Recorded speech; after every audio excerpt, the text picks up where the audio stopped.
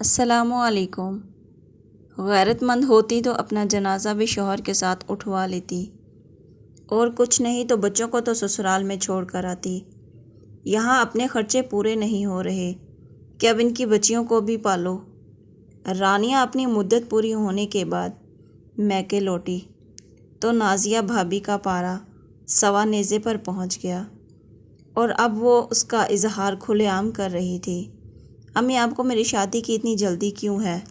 مجھے ماسٹرز کرنا ہے۔ رانیہ نے ماں کے آگے اپنی خواہش کا اظہار کیا۔ مجھے ایک بات بتاؤ، تمہاری فیس کون بھرے گا؟ تمہارے باپ کی پینشن سے پہلے ہی خرچے مشکل سے پورے ہوتے ہیں، اور رہا تمہارا بھائی، اس سے کچھ کہو تو جواب ہوتا ہے، اماں میرے اپنے بیوی بچے ہیں۔ امی، میں سرکاری یونیورسٹی میں داخلہ لوں گی اور ٹیوشن پڑھا کر فیس ادا کروں گی۔ نہیں بھی نہیں، میری بوڑھی ہڈیوں میں اتنی جان نہیں کہ میں تمہارے یہ چونچلے برداشت کر سکوں۔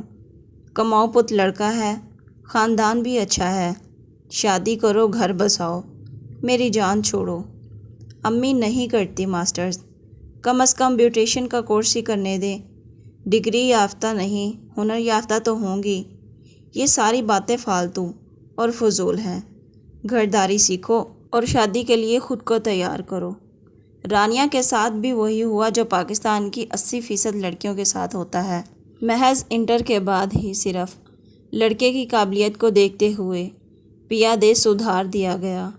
رانیہ کو اپنے خواب ٹوٹ جانے کا بے حد افسوس تھا، مگر پھر گھر شوہر میں مصروف ہو کر وہ سب بھول گئی، اور اوپر تلے ہونے والی 2 بیٹیوں نے بھی اس کی ذمہ داریوں میں اضافہ کر دیا۔ مگر پھر وہ ہوا جو کسی کی بھی سوچ میں نہیں تھا۔ فاروق کی بائک کو ٹرک نے ایسی ٹکر ماری کہ فاروق موقع پر ہی جاں بحق ہو گیا، اور رانیہ کی دنیا بچیوں سمیت اندھیر ہو گئی۔ اور اب عدت کے بعد جب وہ میکے آئی تو بھابھی کے ناروا رویے نے اس کو اندر تک جھنجھوڑ کر رکھ دیا۔ اماں، آپ اس بوجھ کا کوئی حل نکالیں۔ میرے لیے اس بوجھ کو اٹھانا ممکن نہیں۔ رافعہ صبح ناشتے کے بعد رانیہ اور اس کی بچیوں کو بوجھ کہہ کر اماں سے مخاطب ہوا۔ اس سے پہلے اماں کچھ کہتی، رانیہ سامنے آ گئی۔ بھابھی، امی، مجھے بوجھ بنایا کس نے ہے؟ مجھے اس سوال کا جواب دیجیے۔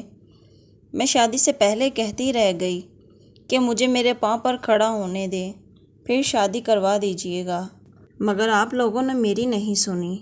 میں مانتی ہوں شوہر کی کمائی کا مقابلہ بیوی کبھی بھی نہیں کر سکتی، مگر اپنے شوہر کے دنیا سے جانے کے بعد آج میں اس قابل تو ہوتی کہ فوری طور پر اپنی بچیوں کے لیے کچھ کر سکتی، مگر ایسا نہیں ہوتا، کیونکہ نہ میں ڈگری یافتہ ہوں اور نہ ہی ہنر یافتہ۔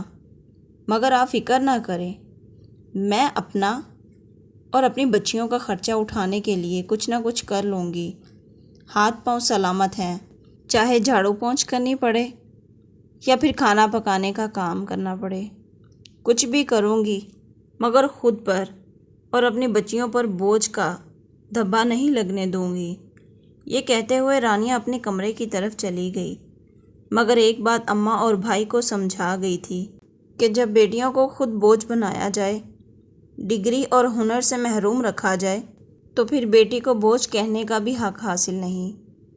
امید کرتی ہوں ناظرین آپ کو یہ میری سٹوری اچھی لگی ہوگی، تو پلیز میرے چینل کو لائک اور سبسکرائب کریں، اور ساتھ لگے بیل آئیکن کو دبائیں تاکہ میری آنے والی ویڈیو آپ تک پہنچتی رہے۔